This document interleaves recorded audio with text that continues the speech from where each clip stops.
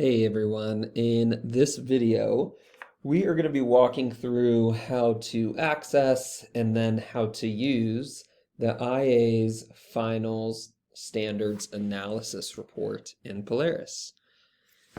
All right, this is the 2020-2021 reports page, and there's tons of options here for different reports that you could look at. The one that we're going to look at today is the IA's Finals Standards Analysis.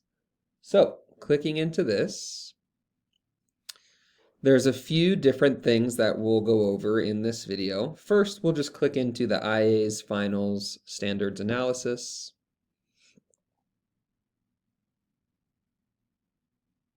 We'll wait for Polaris to load at rapid speed. Okay, so the first thing that I like to do here is get rid of all of these schools and just focus in on the school that I am looking at. So let's say I'm a middle school teacher. I'm going to look at Byers Middle School. Okay, so the first thing I'll do is sort by school. The second thing is I want to make sure that I'm sorting by whatever my final was. So some of our classes, ELA and Math, except for Math 8, have already actually taken their IA, and they did that on ANET. So let's say I want to look at 8th grade. Let's say I'm lucky enough to be the great Ann Solsky, or Elise Tidwell, who knows? And now I want to sort by that. So let's say I am Ann Solsky.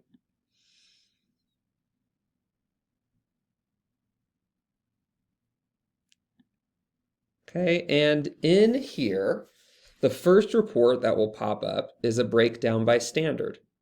So you'll be able to see by student.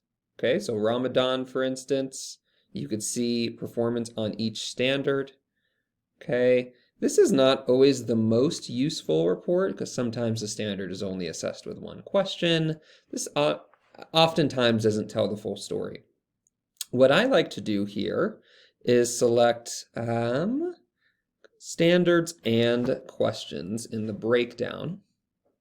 So now you can see, yes, the standard, which is important, but also the specific questions that are aligned to that standard. This will be really useful, so that way we can go back into the assessment itself in ANET, maybe print it out so you have it in front of you to work there. But regardless, you have the questions broken down here. So you could see not only standards where students have been successful, but question types where students have been successful. And not only standards where students have struggled, but question types where students have struggled. So standards and questions is the selection I like to choose from this breakdown menu here. Okay, we are currently looking at teacher by student, and that's what it will default to. If you wanted to break it down a little bit further and start to look at section trends, so you could see section 102, and here's their performance by standard and question. You could break it down by teacher and reading performance band. Okay, you could break it down by our MLL student population and also our population of students with disabilities. Okay, so there's a ton of different reports that you could look at here. And if you scroll down and you wanted to look at specific questions, you could also do that. So you could see, okay, here's my response frequency for this question. D is the correct answer, so it's highlighted in green. You'll be able to see the students. If you click here, these are all the students who selected the right answer on this specific question. Now, I have not seen this question, but I would assume that A is probably the distractor response. So that's always useful too, to go in to see, okay, these students were close and they chose that distractor response. So now we could start to think about where is the gap there to get students past this distractor.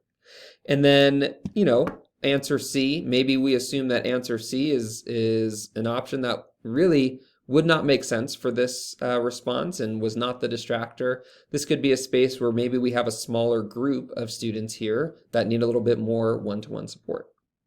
So there are tons of options for how you would like to break this down. So this is what you would do on this first tab.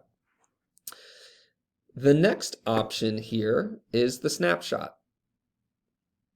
Okay, for the snapshot, let's do the same thing. We'll do Byers Middle School.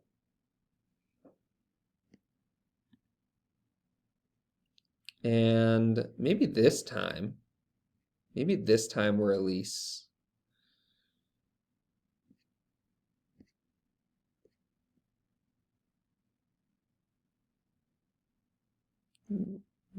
Okay. Perfect. So now looking in here, this one is honestly in my mind not quite as useful, but let me show you what this does. Basically, it will show you the network average by standard here, and then the school average by standard. Currently, it's broken down. Oh, we forgot to change the assessment. Don't forget to do that. Make sure you change your assessment here. So if I am Elise, I am looking specifically at my grade 8. It will show you, like I said, the network average for this performance band, if that's what you've selected, and that is what it defaults to. The network average for this standard by this performance band. Then our school average by this standard by this performance band. And then lastly, the teacher average by this standard by this performance band. Okay, you could also break down by question.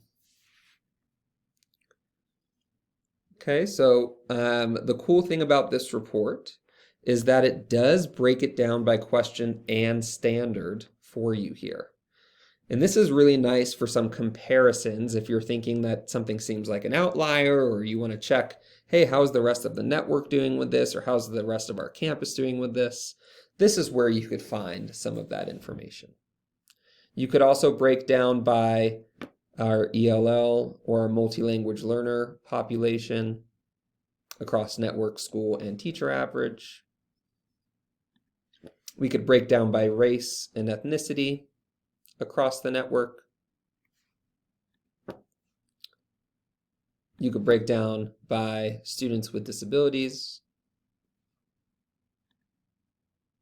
And then our math and reading PB, and then also gender.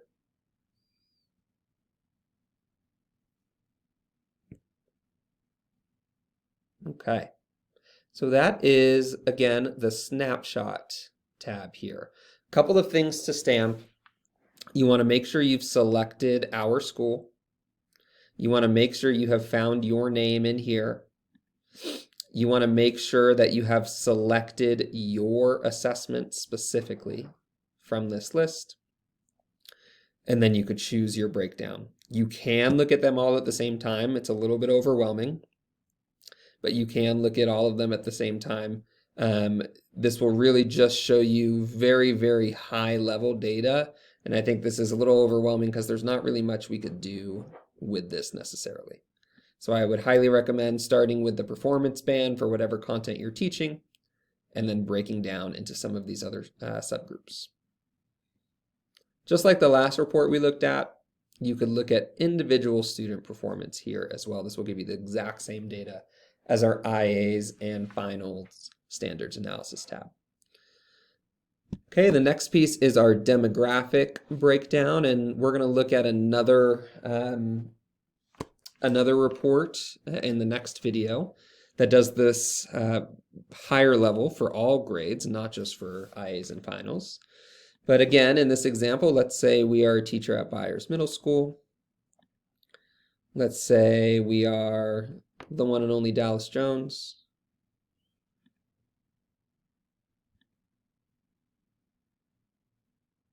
It's going to be really important as a reminder just to make sure that we are clicking in and selecting our assessment. What this will show you here is a couple of things. So it will show you, similar to the last report, this is a breakdown by performance band. So the network average, Byers Middle School average, and Dallas average, if I'm Dallas Jones. And then scrolling down, it will break it out for us in our demographics. So we have our race and ethnicity here, network buyers and Dallas average, and our SPED and multilanguage learner average here, network buyers and Dallas. Okay, so these are the 3 tabs that are going to be most useful.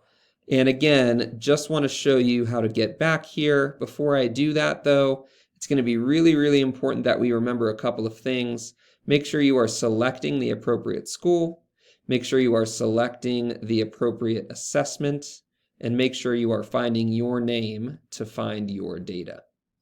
Okay, and as a reminder, if we were in this welcoming page from Polaris, the 2021 reports, the way that we would get to access all of the IAs and final standards analysis is right here.